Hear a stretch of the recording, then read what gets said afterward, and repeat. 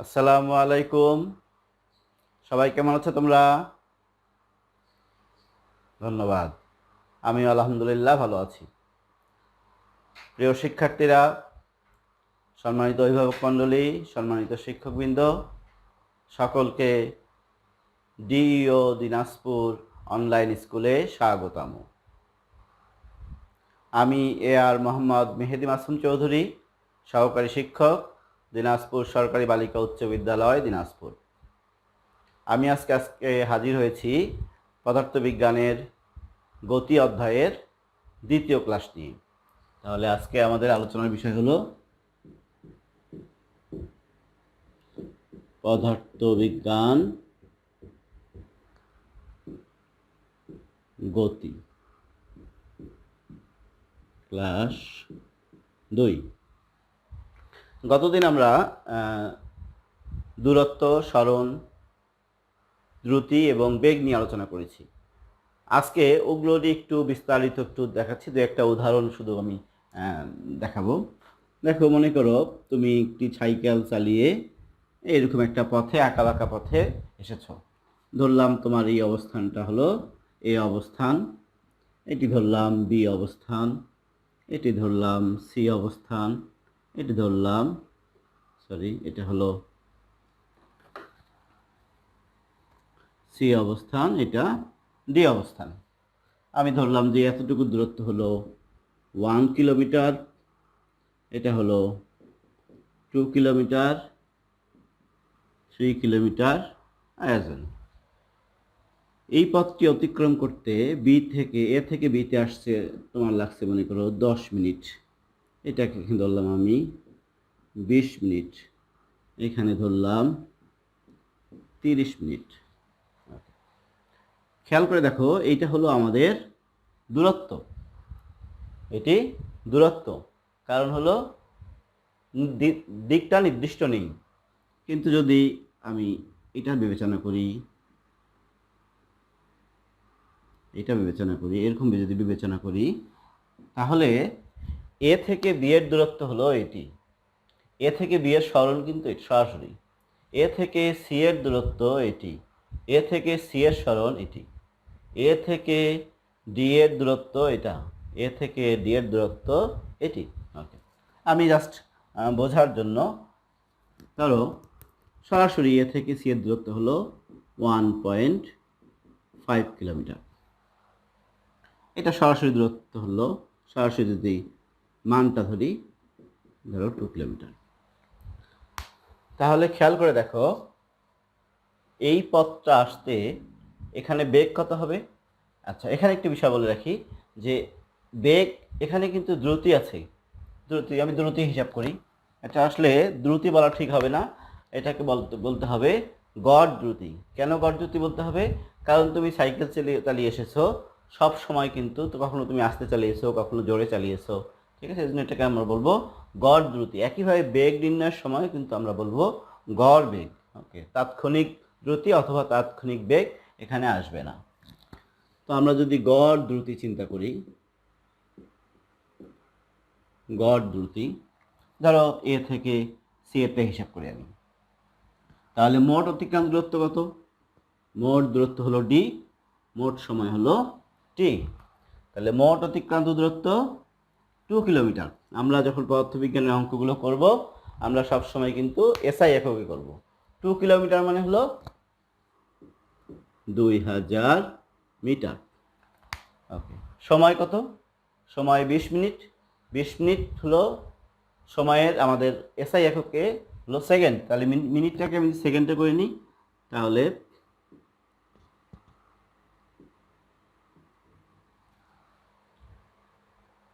ওকে, ঠিক আছে। এখন যদি আমি এটা ক্যালকুলেশন করি, তাহলে দেখো, আমরা যদি এভাবে চিন্তা করি, তাহলে 12কে 12, 8 থাকলো 80, 7 12 72, 20, এরকম ধরো মিটার, এটা সেকেন্ড, মিটার পার সেকেন্ড। তাহলে এ থেকে সি এর গড় দ্রুতি হলো 1.71। কিন্তু আমি যদি গড় বেগ চিন্তা করি, তাহলে কিন্তু এবার আমার মানটা হলো 1.5, তার মানে হলো 1500 মিটার। সময় 20 মিনিটই, 20 মিনিট মানে হলো 1200 সেকেন্ড। তাহলে এবার একটু হিসেব করি, 12 কে 12, 1. 12 দুগুণে 24, এই সামথিং এরকম মিটার পার সেকেন্ড। তাহলে দেখো এখানে গড় দ্রুতি কিন্তু 1.71, কিন্তু গড় বেগ 1.2। আমি একটু সমদ্রুতি এবং সমবেগ বোঝানোর জন্য একটা ছোট্ট উদাহরণ তোমাদের দেখাচ্ছি। দেখো আমি একটা দড়ি নিয়েছি,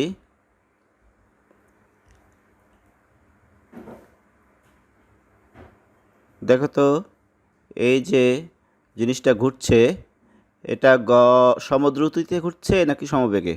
সমবেগে না সমদ্রুতিতে? একটু চিন্তা করে দেখি। ওকে, খেয়াল করে দেখো, প্রথমে আগে সংজ্ঞাগুলোর দিকে আবার ফিরে আসি। দ্রুতি মানে কি? শুধু মানের পরিবর্তন। আর বেগ মানে কি? বেগ হলো ভেক্টর রাশি, তাহলে এর মান থাকবে, দিক থাকবে। তাহলে মানের পরিবর্তন হলেও বেগের পরিবর্তন হবে, আবার যদি দিকের পরিবর্তন হয় তবুও কিন্তু বেগ পরিবর্তন হবে, অথবা দুইটির পরিবর্তন হলেই কিন্তু বেগের পরিবর্তন হবে। তাহলে দ্রুতির পরিবর্তন শুধুমাত্র মানের কারণে হবে, কিন্তু বেগের পরিবর্তন তিনটি কারণে হতে পারে। এক হলো তাদের মানের পরিবর্তন, দিকের পরিবর্তন, অথবা উভয়টির পরিবর্তন হলে হতে পারে। তাহলে এইটা যখন ঘুরছিল, এটা যখন একটা নির্দিষ্ট পথে ঘুরছিল, একটা ধরো এই পথে ঘুরছিল, তখন কিন্তু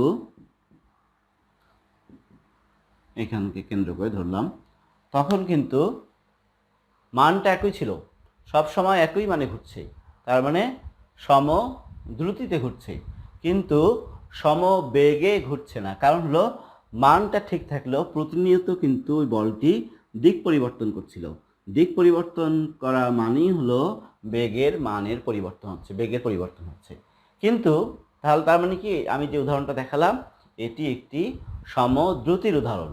মানগুলো সবসময় একই ছিল, কিন্তু সমবেগের নয়, কারণ মান ঠিক থাকলেও প্রতিনিয়ত দিক পরিবর্তন হচ্ছে বলে বেগের মানও কিন্তু পরিবর্তন হচ্ছে। তাহলে এটা সমবেগ নয়, এটি সমদ্রুতি। কিন্তু যদি আমি ঘোরাতে ঘোরাতে ছেড়ে দিতাম, তাহলে একটা সরল রেখা বরাবর যেত, অথবা এই জিনিসটাই যদি সরল রেখা বরাবর যেত, সরল রৈখিক গতিতে যেত, তাহলে কিন্তু এখানে কোনো দিক পরিবর্তন নেই। তার মানে এখানে বেগের মান এবং দ্রুতির মান একই হবে। আশা করি বিষয়টা বুঝতে পেরেছো।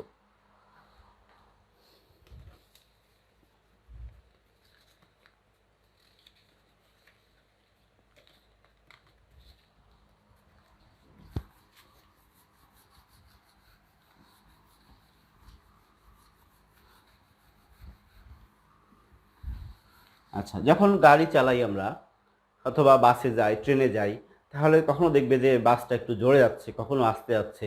হ্যাঁ, আবার যখন বাসটা থেমে থাকে, থেমে থাকা থেকে শুরু করে একটা পর্যায়ে যায়, তার মানে একটা নির্দিষ্ট সময় পরে তার বেগটার পরিবর্তন হয়। ঠিক আছে? আচ্ছা, এখন আমরা দেখব একটু ত্বরণ বা অ্যাক্সিলারেশন। ত্বরণ, ত্বরণ হলো বেগের মানের পরিবর্তনের হার। বেগের মানের পরিবর্তনের হার, অর্থাৎ এক সময়ে বা একক সময়ে বা এক সেকেন্ডে একটি বস্তুর বেগের পরিবর্তনকে বলা হয় ত্বরণ। বেগের পরিবর্তন বলতে অবশ্য দুই রকম কথা আসে, সেটা হলো বেগ বৃদ্ধি পেতে পারে, আবার বেগ হ্রাসও পেতে পারে। যদি বেগ বৃদ্ধি পায় সেটাকে আমরা ত্বরণ বলছি, আর যদি বেগ হ্রাস পায়, বেগের পরিবর্তনটা নেগেটিভ হয়, তখন সেটাকে আমরা নেগেটিভ ত্বরণ বা মন্দন বলছি। ঠিক আছে? তাহলে ত্বরণ মানে কি? ত্বরণ হলো একক সময়ে বেগ বৃদ্ধি অথবা বেগ বৃদ্ধির হার। তাহলে আমি এর আগের ক্লাসে বলেছি, যখনই হার কথাটা থাকবে তখন কি হবে? টি দিয়ে ভাগ থাকবে অথবা একক সময় দিয়ে থাকবে। তাহলে আমি একটা ধরে নিই যে একটি বস্তু, এটা ধরো তার আদি অবস্থান, এটা ধরো শেষ অবস্থান, এইখানে তার বেগ ছিল ইউ, আর এইখানে একটা নির্দিষ্ট সময় পরে, টি সময় পরে, এর বেগ হয়েছে ভি। তার মানে ইউটা হলো তার আদি বেগ আর ভিটা হলো শেষ বেগ। তাহলে বেগের পরিবর্তন কতটুকু হয়েছে? বেগের পরিবর্তন নিশ্চয়ই ভি মাইনাস ইউ, এখানে অবশ্য V V greater than U, অর্থাৎ আগের চেয়ে বৃদ্ধি পেয়েছে। ঠিক আছে, তাহলে বেগের পরিবর্তন যদি ভি মাইনাস ইউ হয় তাহলে বেগের পরিবর্তনের হার কত হবে? তাহলে ত্বরণ হবে, ত্বরণকে আমরা এ দ্বারা প্রকাশ করি, ছোট হাতের এ দ্বারা। তাহলে এটা হবে ভি মাইনাস ইউ বাই টি। ঠিক আছে, খেয়াল করে দেখো তো, বেগের পরিবর্তন, বেগের পরিবর্তন মানে কি? বেগ বৃদ্ধি, বেগ বৃদ্ধি, এখানে বেগ বৃদ্ধি বোঝাচ্ছি যেহেতু আমি ভি গ্রেটার দেন ইউ বলেছি, অর্থাৎ বেগ বৃদ্ধি। তাহলে এর একক কি হবে? বেগ বৃদ্ধি মানে বেগই, তার মানে এর একক কি হবে? একক হলো, বেগের একক মিটার পার সেকেন্ড, সময়ের একক সেকেন্ড, তাহলে এর একক দাঁড়াচ্ছে মিটার পার সেকেন্ড স্কোয়ার। এই এস উপরে গেলে ইনভার্স হবে, এটা হলো একক, এটা হলো তার একক, এটা হলো ত্বরণের একক। যদি আমি এখান থেকে মাত্রা নিয়ে আসি, যে ত্বরণের মাত্রা কি? ত্বরণের মাত্রা এ, মনে আছে নিশ্চয়ই? এখান থেকে যদি চিন্তা করো, এম এটা কি? মিটার, মানে একটি দৈর্ঘ্য, তার মানে দৈর্ঘ্যের মাত্রা হলো এল। এটা কি? এখান থেকেও চিন্তা করা যায়, এখান থেকে, আচ্ছা এখান থেকে চিন্তা করলে এটা হলো টি ইনভার্স 1, এখানে টি, তার মানে এল টি ইনভার্স 2।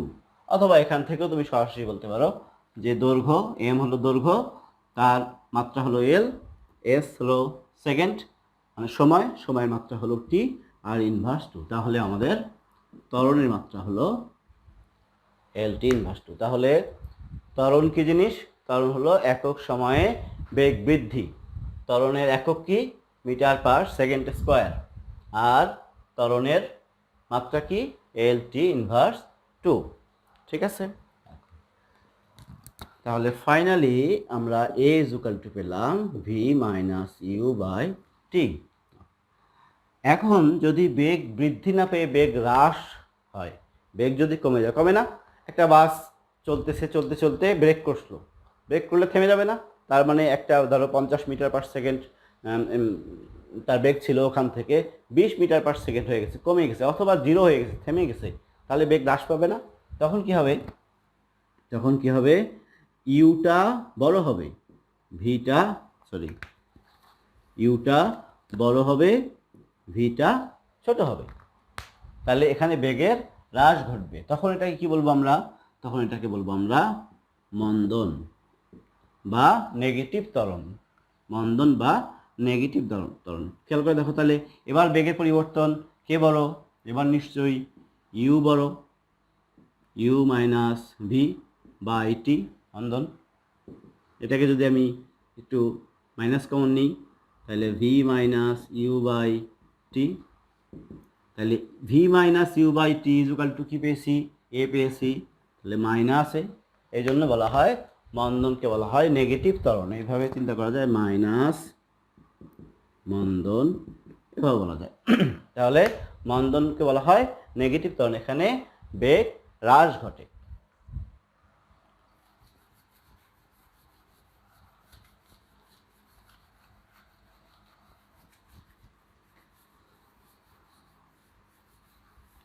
ওকে, আমরা যদি ছোট্ট দু একটা গাণিতিক সমস্যা করি, ধরো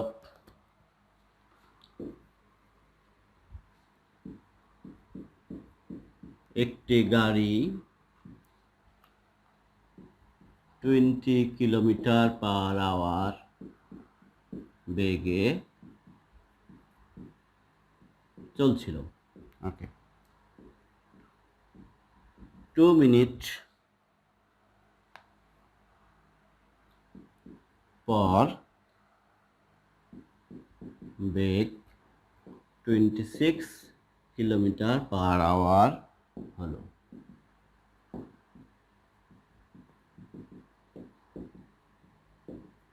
ত্বরণ নির্ণয় করো। তাহলে একটি গাড়ি 20 কিলোমিটার পার আওয়ার বেগে চলছিল, 2 মিনিট পর বেগ 26 কিলোমিটার পার আওয়ার হলো, এর ত্বরণ কত হবে? ঠিক আছে, তাহলে আমাদের পদার্থবিজ্ঞানের অঙ্কগুলো করার সময় প্রথমে আমাদের কাজ হলো কি কি দেওয়া আছে লিখে নেওয়া। তাহলে প্রথমে আমাদের কি কি দেওয়া আছে? দেওয়া আছে এই বেগ নিয়ে চলছিল, তার মানে এটা হলো আদিবেগ। আদিবেগ U is equal to 20 kilometre per hour. যেহেতু এই এককটা এসআই ইউনিটে করা নাই, তাহলে আমাদের কাজ হলো এসআই ইউনিটে করে নেওয়া। তাহলে 20 কিলোমিটার, 20 কিলোমিটারকে মিটারে করলে কি হবে? 1000 দিয়ে গুণ হবে, 1000 দিয়ে গুণ পার আওয়ার, 1 ঘন্টা। 1 ঘন্টায় কত সেকেন্ড? 60 মিনিটে 1 ঘন্টা, আর 60 সেকেন্ডে 1 মিনিট, তার মানে 3600 সেকেন্ড। তাহলে আর কি দেওয়া আছে? 2 মিনিট। আচ্ছা, আমরা একটু ক্যালকুলেশনটা করে দেখি। 20 0 18 দেখুন 36 0 5 18 ক্যালকুলেট।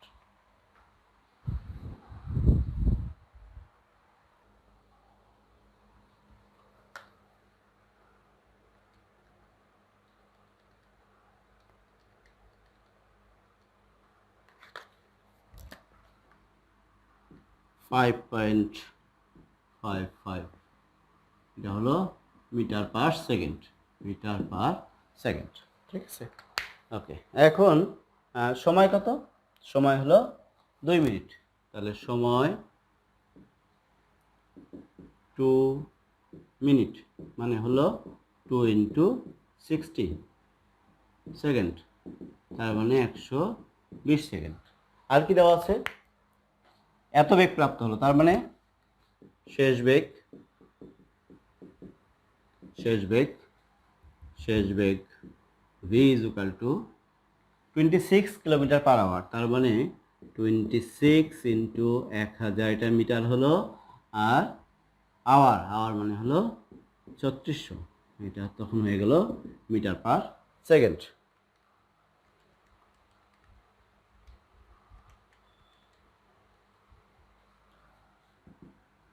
(7.22 metre per second. তো আমাদের প্রশ্ন ছিল যে ত্বরণ নির্ণয় করো, তাহলে ত্বরণ কত হবে? ত্বরণ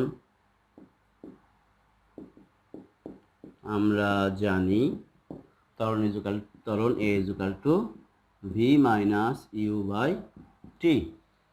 তাহলে ভি কত আমাদের? ভি হলো 7.22, ইউ হলো 5.55, আর টি হলো 120। এটা একক কি হবে? Metre per second square. ঠিক আছে,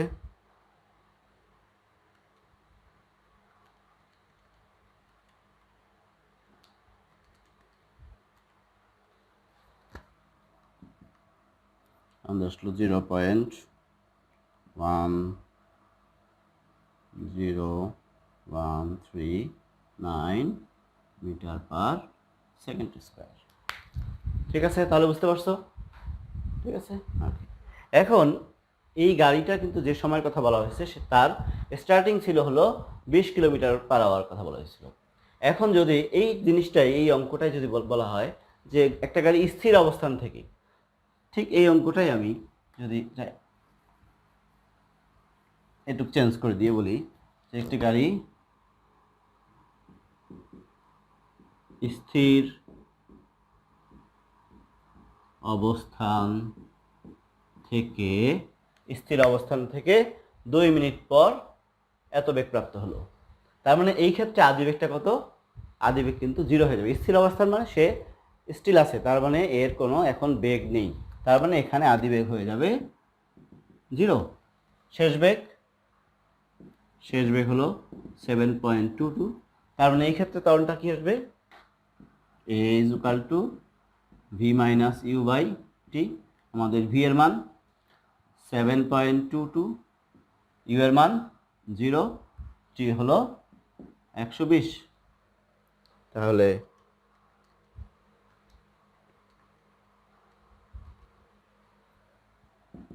0.06 মিটার পার সেকেন্ড স্কোয়ার।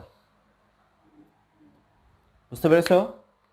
তাহলে যখনই দুইটা নির্দিষ্ট বেগ থেকে নির্দিষ্ট বেগে যাবে, যদি বেড়ে যায় তাহলে ত্বরণ এইভাবে ক্যালকুলেশন করব। যদি স্থির অবস্থান থেকে বলে তাহলে আমরা শুধু আদি বেগটায় শূন্য বসিয়ে দেব। ঠিক আছে?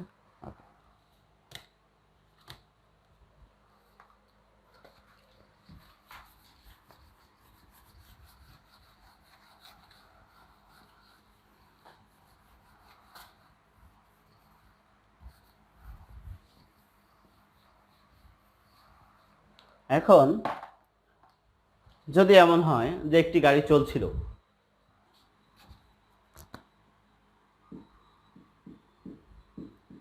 একটি গাড়ি একটা নির্দিষ্ট বেগ ধরি আমরা, ধরো 60 কিলোমিটার পার আওয়ার বেগে চলছিল। হঠাৎ ব্রেক করায়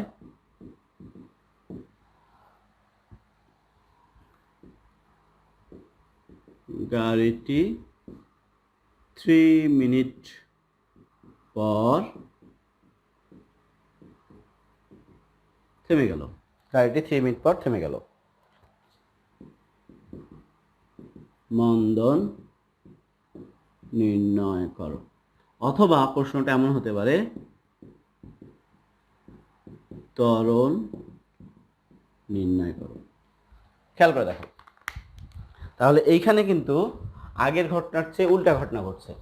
একটি গাড়ি 60 কিলোমিটার পার আওয়ার বেগে চলছিল, হঠাৎ ব্রেক করায় গাড়িটি 3 মিনিট পর থেমে গেল। তাহলে এখানে আদিবেগ কি? আমি অত সাজিয়ে লিখছি না, জাস্ট বোঝানোর জন্য লিখছি। আদিবেগ কত? 60 কিলোমিটার পার আওয়ার। তার মানে 60 ইন্টু 1000 আর হলো 3600।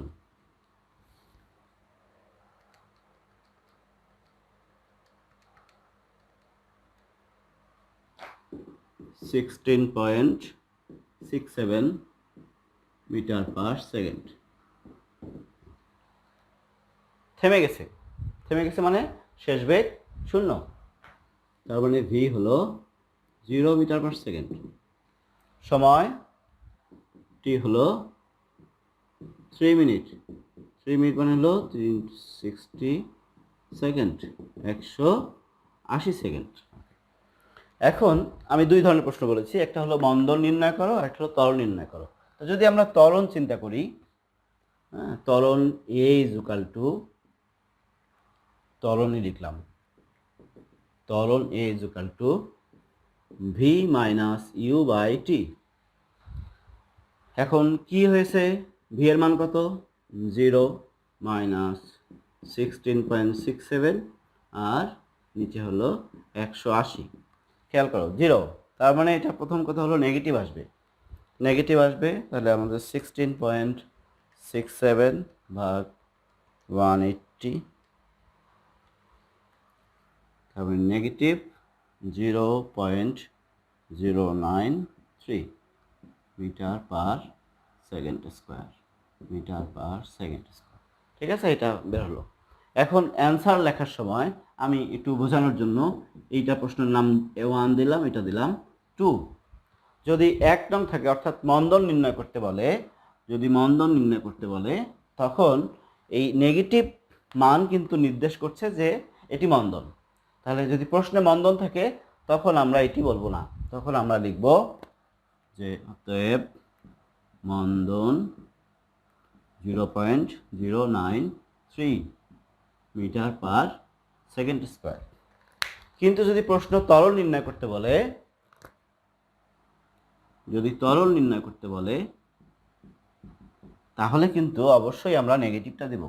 ত্বরণ negative 0.093 093 metre per second square. বুঝতে পেরেছ?